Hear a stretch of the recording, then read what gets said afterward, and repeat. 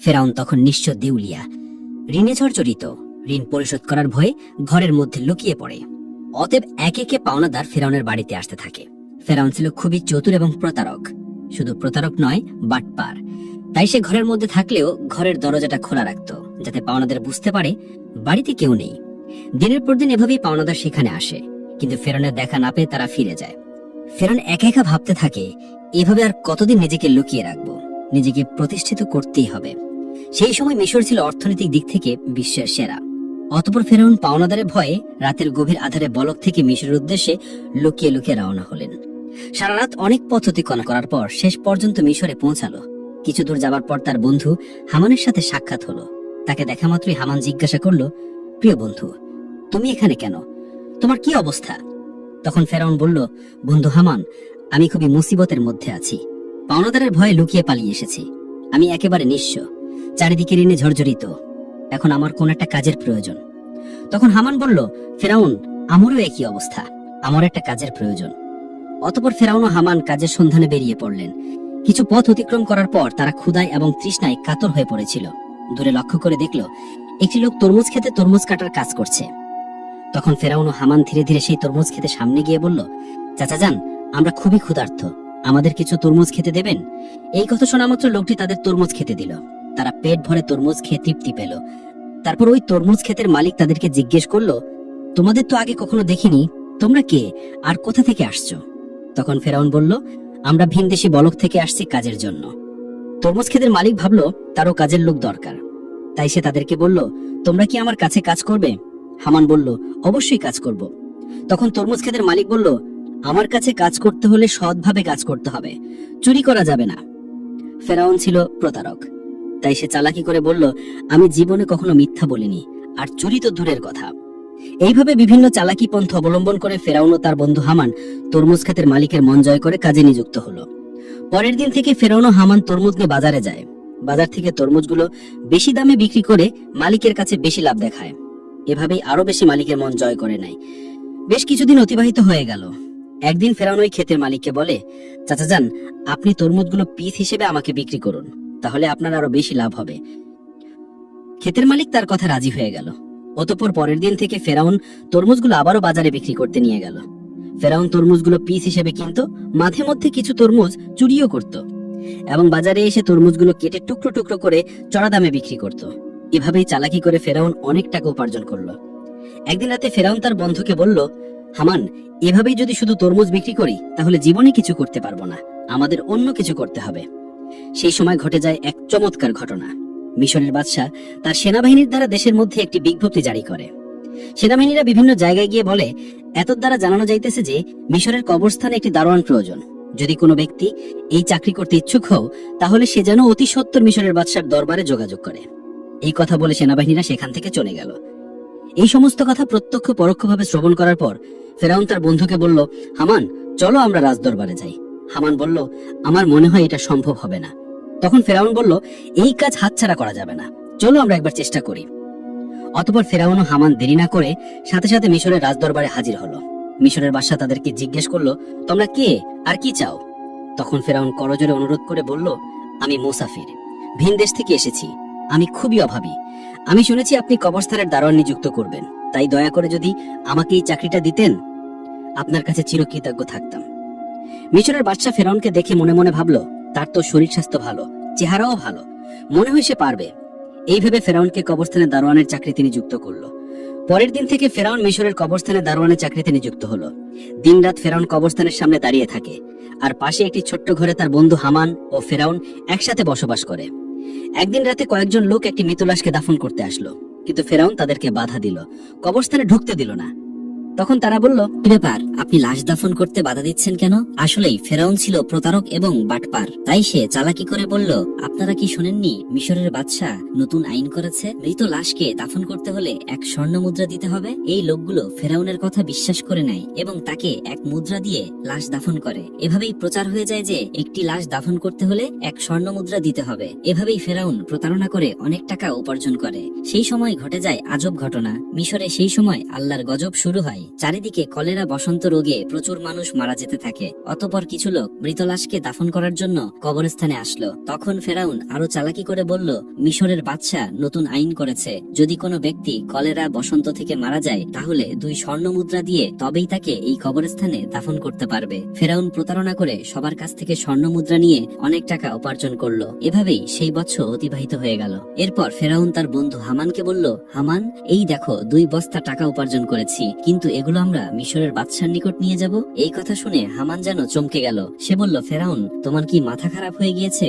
যে টাকার জন্য এত কষ্ট করলে, সবার থেকে প্রতারণা করলে, আর শেষ পর্যন্ত কিনা সেই টাকাগুলো বাদশাকে দিয়ে দেবে? ফেরাউন বলল, হামান, ধৈর্য ধরো, আমার বুদ্ধি ক্রমশ প্রকাশ পাবে। অতঃপর সে দেরি না করে পরের দিন ফেরাউন ও হামান 2 বস্তা স্বর্ণ মুদ্রা নিয়ে মিশরের বাদশার দরবারে হাজির হলো। মিশরের বাদশা তাদেরকে জিজ্ঞেস করলো, কি ব্যাপার, তুমি বস্তা নিয়ে রাজ দরবারে এসেছো কেন?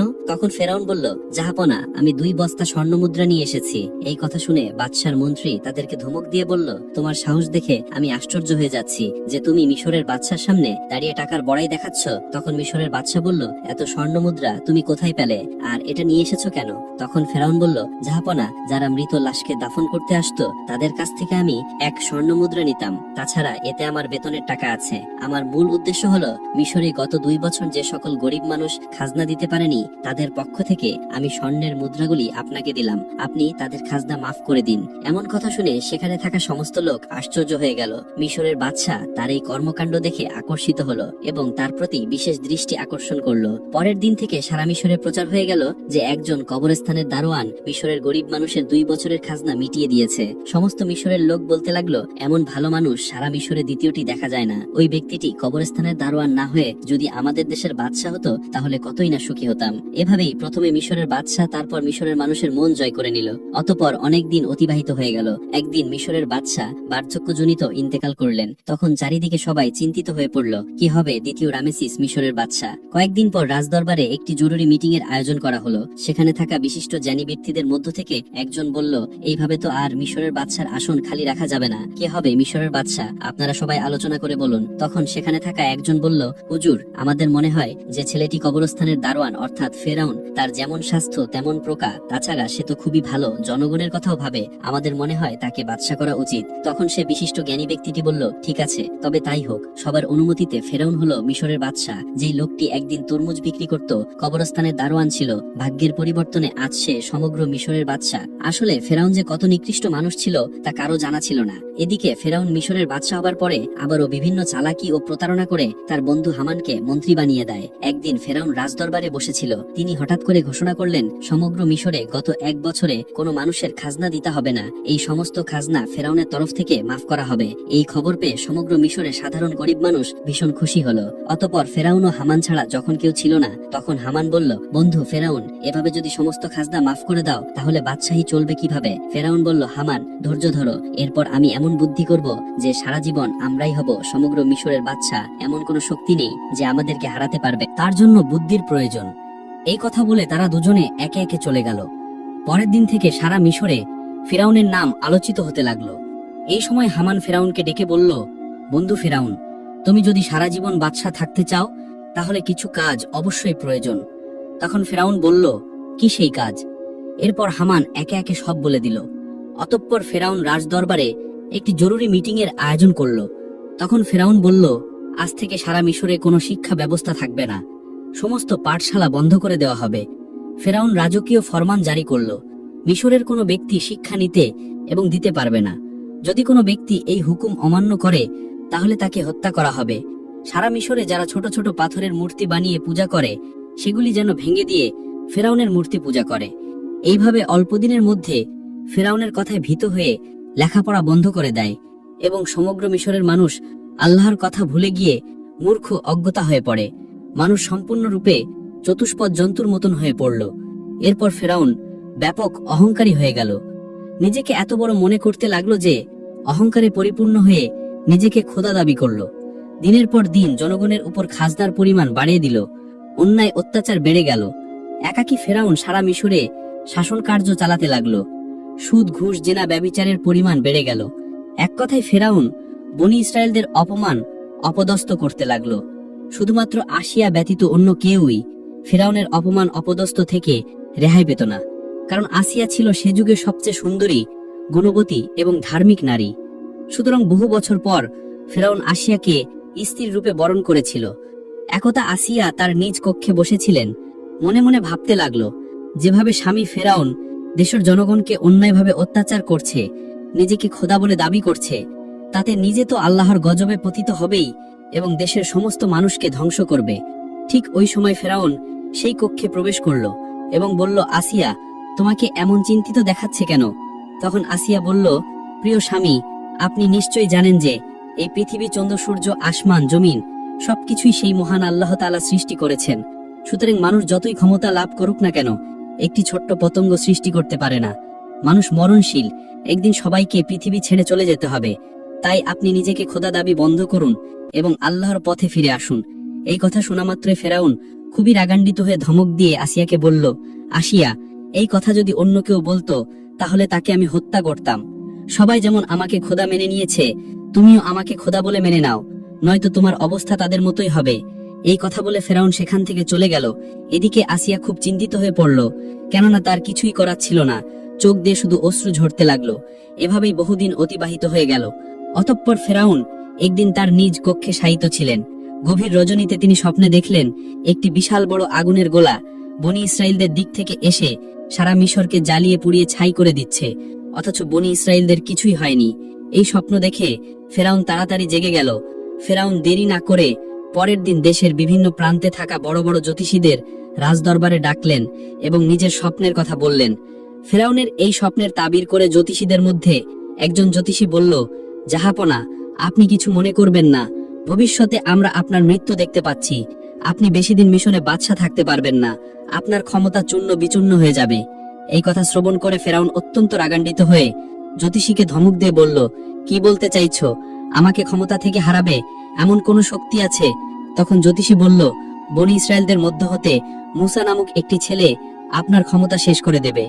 এই কথা বলে তারা সেখান থেকে চলে গেল। কিছুদিন পর ফেরাউন হামানকে বলল, সারা মিশরে যে ঘরে শিশুপুত্র সন্তান থাকবে তুমি সৈন্যবাহিনী নিয়ে তাদেরকে হত্যা করো। তাফসির কারকদের মতে এভাবেই যখন প্রায় ৮০,০০০ পুত্র সন্তান হত্যা করা শেষ হলো, তখন ফেরাউন আবারও মিশরের সবচেয়ে বড় বড় জ্যোতিষীদের গণনার জন্য আনা হলো। অতঃপর জ্যোতিষীরা তখন বলল, জাহাপনা, আমরা গণনা করে দেখতে পাচ্ছি আপনি যতগুলো পুত্র সন্তান হত্যা করেছেন তার মধ্যে মুসা নামক সেই ছেলেটি নেই। তখন ফেরাউন বলল, ভালো করে গণনা করো। এবার জ্যোতিষীরা বলল, জাহাপনা, আমরা গণনা করে দেখতে পাচ্ছি আপনি যতই তাকে হত্যা করার চেষ্টা করেন না কেন, তাকে হত্যা করতে পারবেন না। মুসা নামক সেই ছেলেটি আপনার ক্ষমতা চূর্ণ বিচূর্ণ করে দেবে, আর সেই ছেলেটি এখন শিশু। এই কথা শোনা মাত্রই ফেরাউন আরো রাগান্বিত হলো এবং সাথে সাথে হুকুম করলো, তোমরা প্রতিটি বাড়িতে গিয়ে তল্লাশি করো, যে ঘরে মুসা থাকুক না কেন তাকে হত্যা করো। এই খবর সারা মিশরে ছড়িয়ে পড়ল। তখন হযরত মুসা আলাইহিস সালামের আম্মা জান খুবই চিন্তিত হয়ে পড়লেন, কিভাবে তার শিশু মুসাকে বাঁচাবে। ঠিক ওই সময় তার কন্যা মরিয়ম নদীর চরে ছাগল চড়াচ্ছিল। ভালো করে লক্ষ্য করে দেখলো হামান সহ ফেরাউনের অনেক সৈন্যবাহিনী তাদের বাড়ির দিকেই যাচ্ছে। এটা দেখার পর মরিয়ম খুব দ্রুত তার বাড়িতে চলে আসলো এবং বলল, আম্মা জান, ফেরাউনের সৈন্যবাহিনী আমাদের বাড়ির দিকে আসছে, আমার ভাই মুসাকে তুমি বাঁচাও। এই কথা শুনে হযরত মুসা আলাইহিস সালামের আম্মা জান একেবারে হতম্ব হয়ে গেল। তিনি কিছুতেই বুঝতে পারছে না কি করবে। ততক্ষণে ফেরাউনের সৈন্যবাহিনী তাদের বাড়ি ঘিরে ফেলেছে। এমন সময় আল্লাহ রাব্বুল আলামিন গায়েবী আওয়াজের মাধ্যমে বললেন, হে মুসার আম্মা জান, তুমি দেরি করো না, তোমার পুত্র মুসাকে জ্বলন্ত চুলায় রেখে দিয়ে এসো। হযরত মুসা আলাইহিস সালামের আম্মা জান আর দেরি না করে জ্বলন্ত চুলায় শিশু মুসা আলাইহিস সালামকে রেখে দিলেন। আর তখন হঠাৎ করে ফেরাউনের সৈন্যবাহিনী ঘরের মধ্যে প্রবেশ করলো। তারা বলল, আমরা খবর পেয়েছি তোমার ঘরের মধ্যে মুসা নামক পুত্র সন্তান আছে, তাড়াতাড়ি আমাদের কাছে দিয়ে দাও।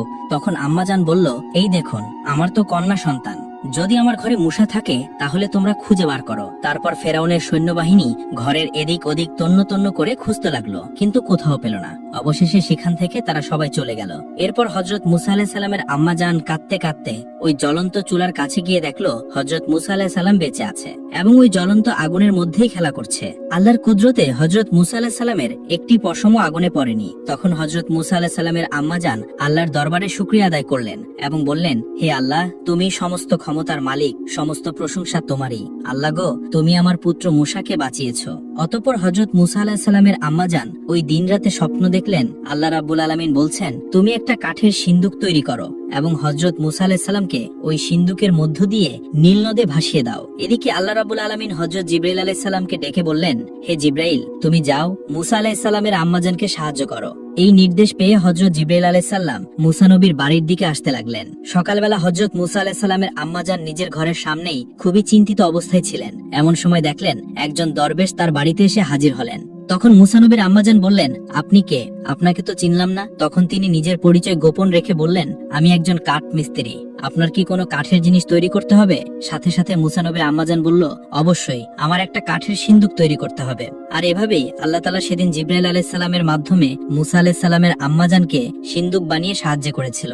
অতঃপর মুসা আলাইহিস সালামকে নীল নদে ভাসিয়ে দিলেন। আল্লাহর কি কুদরত! নীল নদের স্রোত যেদিকে যায় হযরত মুসা আলাইহিস সালামের কাঠের সিন্দুক ওই স্রোতের উল্টো দিকে যায়। এইভাবে ভাসতে ভাসতে হযরত মুসা আলাইহিস সালামের এই কাঠের সিন্দুক ফেরাউনের রাজদরবারের কাছে গিয়ে পৌঁছালো। সেখানে উপস্থিত ছিল ফেরাউন এবং তার স্ত্রী মা আসিয়া এবং দাসদাসী। সিন্দুকটি দেখা মাত্র মা আসিয়া এগিয়ে এলো। মা আসিয়া সিন্দুকটি খুলে দেখলো একটি ফুটফুটে কচি শিশু, তার ললাটে যেন নূরের আলো চমকাচ্ছে। এত সুন্দর শিশু সে জীবনে কখনোই দেখেনি। তাই দেরি না করে মা আসিয়া মুসা আলাইহিস সালামকে কোলে তুলে নিল এবং ফেরাউনের কাছে গিয়ে বলল, দেখুন কত সুন্দর শিশু, এই শিশুটিকে আমি লালন পালন করব। এটা শুনে ফেরাউন বলল, না, এই শিশুই হয়তো আমাদের শত্রু হবে। এটাই বনি ইসরায়েলদের মধ্য থেকে কোনো এক শিশু হতে পারে, একে আমি হত্যা করব। তখন মা আসিয়া বলল, কি বলছেন? এটা যদি বনি ইসরায়েলদের কোনো শিশু হতো তাহলে নদীর স্রোতে উল্টো দিকে কিভাবে আসলো? এটা তো ওই দিকে যাওয়ার কথা ছিল। এই যুক্তি শুনে ফেরাউন আর কিছু বলল না, শুধু বললেন, ঠিক আছে, তুমি এই শিশুকে লালন পালন করতে পারো। অতঃপর মা আসিয়া হযরত মুসা আলাইহিস সালামকে নিয়ে রাজদরবারে প্রবেশ করলেন। ফেরাউন যখন মুসা আলাইহিস সালামকে কোলে তুলে নিল এবং নিজের সন্তান রূপে আদর করার জন্য চুম্বন দিতে যাবে, এমন সময় হযরত মুসা আলাইহিস সালাম আল্লাহর হুকুমে ওই কচি শিশু হাতে এত জোরে ফেরাউনকে চড় মারলো যেন রাজদরবার কেঁপে গেল। মনে হলো যেন ভূমিকম্প শুরু হয়ে গেছে। তখন ফেরাউনের মনে সন্দেহ প্রকাশ পেল। মনে মনে বলতে লাগলো, নিশ্চয়ই এই শিশু কোনো সাধারণ শিশু নয়, একে পরীক্ষা করতে হবে। তখন ফেরাউন একজনকে বলল, যাও কিছুটা স্বর্ণ আনো আর তার সাথে আগুন নিয়ে এসো, এই শিশুকে পরীক্ষা করব। এটা শুনে সেখানে থাকা উপস্থিত সবাই অতবাক হয়ে গেল। এই লোকটি যখন আগুন আর স্বর্ণ নিয়ে আসলো, ঠিক ওই সময় আল্লাহ রাব্বুল আলামিন হযরত জিবরাইল আলাইহিস সালামের মাধ্যমে হযরত মুসা আলাইহিস সালামের হাত আগুনের দিকে ঘুরিয়ে দিল আর মুসা আলাইহিস সালাম চিৎকার করে কাঁদতে লাগলো। তখন আসিয়া বলল, আপনার মতো কঠিন হৃদয় এবং নিষ্ঠুর মানুষ এই পৃথিবীতে আর কেউ নেই। এই কচি শিশু কি আগুন এবং স্বর্ণের কোনো পার্থক্য জানে? অতঃপর ফেরাউনের সন্দেহ মুছে গেল। আর এইভাবে হযরত মুসা আলাইহিস সালাম ফেরাউনের বাড়িতেই বড় হতে